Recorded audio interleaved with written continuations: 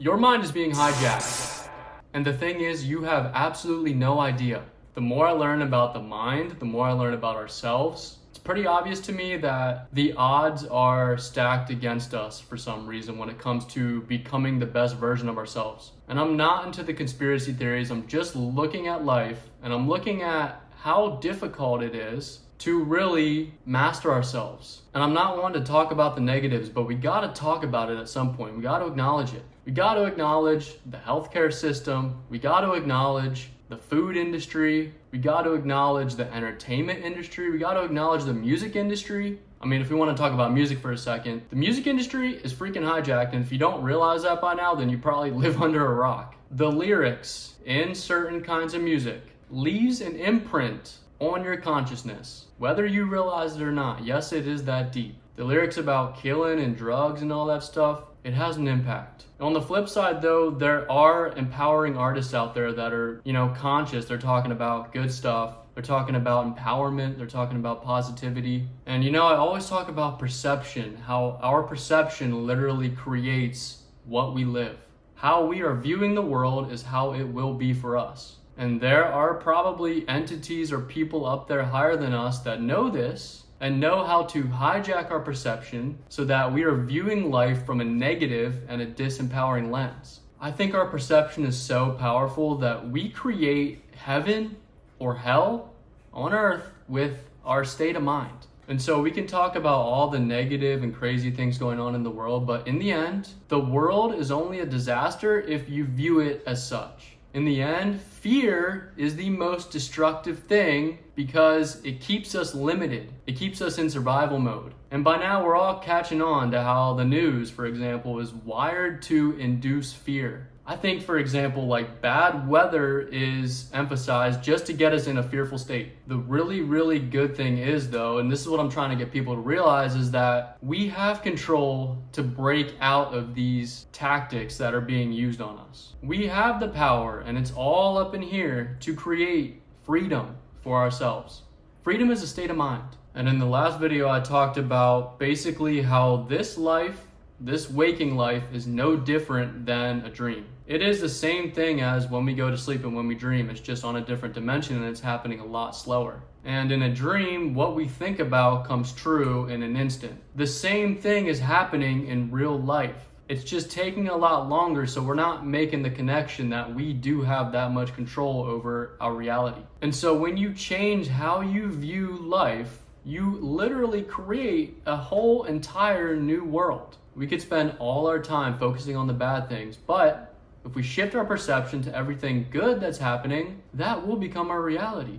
There's good people out there. There's good businesses out there. There's good music out there. There's good entertainment out there. And when we stop looking at all the bad, we stop fueling it and it stops showing up in our life. You can choose to let all that BS, all the distractions not affect you. You can choose to focus on yourself. You can choose to look at all the struggles in your life as just tests of your strength, as opportunities to evolve. You can look at your anxiety and your depression as things that can be solved if you figure out how yourself works. You can start to wire yourself to view life happening for you instead of against you. And what I mean by that is, no longer are you a victim. Everything is happening for your highest good, for your highest evolution. And we really, really, really gotta take control of our habits. And not just our habits as in our actions. We gotta take a hard look at our thinking habits, our thought patterns. And when you start to embark on the process of rewiring yourself and becoming an entirely new person, first you gotta analyze yourself and notice what is laying beneath the surface of your consciousness that maybe is creating those anxious reactions, that is causing you to feel stress. And I still have to continue to remind myself to this day that life is happening for me. You almost gotta trick yourself into believing it, and eventually it becomes second nature. There's these layers and layers of deeply, deeply rooted habits that we have just been carrying out on autopilot for years. We picked up traumas as a child. We maybe picked up habits of procrastination. We maybe had a bad experience and now we're scared to basically step up and do anything, to put ourselves out there. And I'm pretty sure something happened in my childhood, because you know how when you're a child, you're super spontaneous and you're just living, you're not really thinking. I don't really know exactly the instance, but At some point, I started trying to over control my entire life. I started to be a perfectionist. I started to uphold this certain image of myself and really, really care about that and spend so much energy trying to be perfect. And so I'm constantly reminding myself to just be spontaneous, to just do something without having to plan too much. Like making this video, for example. I wanted to just sit down and start talking and see what came out. And maybe next time you have a social event, maybe you just show up. Maybe you don't look at yourself too hard in the mirror. Maybe you don't think about everything that you're gonna say before you show up. Maybe you just relax and flow and get out of your own way. When we're talking about rewiring the brain, you almost have to wipe your memory clean. You have to release all of those layers. So we were a child, we were free, we had a free mind, and then as you're an adult, you pick up all this BS, and now you're limited in multiple ways. We almost have to forget all that. We almost have to become nothing again like we were when we were a child. And I'm gonna read this post by Joe Dispenza. He said,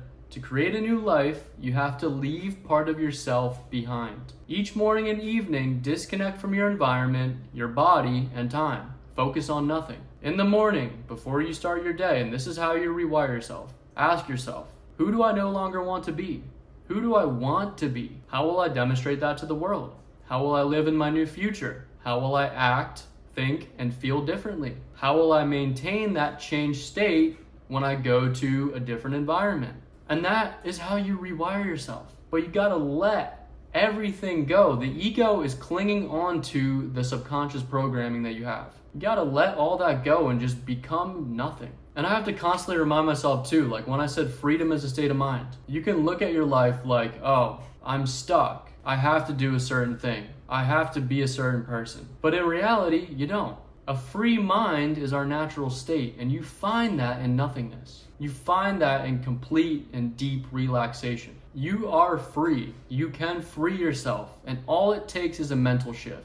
All it takes is a constant reminder that you can be literally anything that you want, and you can do literally anything that you want. You only create the obstacles in your head, or they've been programmed in you by outside sources. But fear, in reality, it doesn't exist. It actually doesn't exist. It's artificially created in our heads or from an outside source to keep us safe. Unless we're putting ourselves in harmful danger, we're out in the wild, we're going down a dark alley, fear is artificial. There is nothing to worry about. There's nothing to really stress over. Everything will work itself out. And we can't plan for everything. The most powerful thing we can do for our energy, the most powerful thing that we can do is to stop over-controlling, stop over-planning, stop overthinking, and just exist. Have an intention for where we want to go, a very powerful intention that gets us excited, and of course taking action towards that intention, and then everything else, our brain, our mind, our mental chit chat can take the foot off the gas.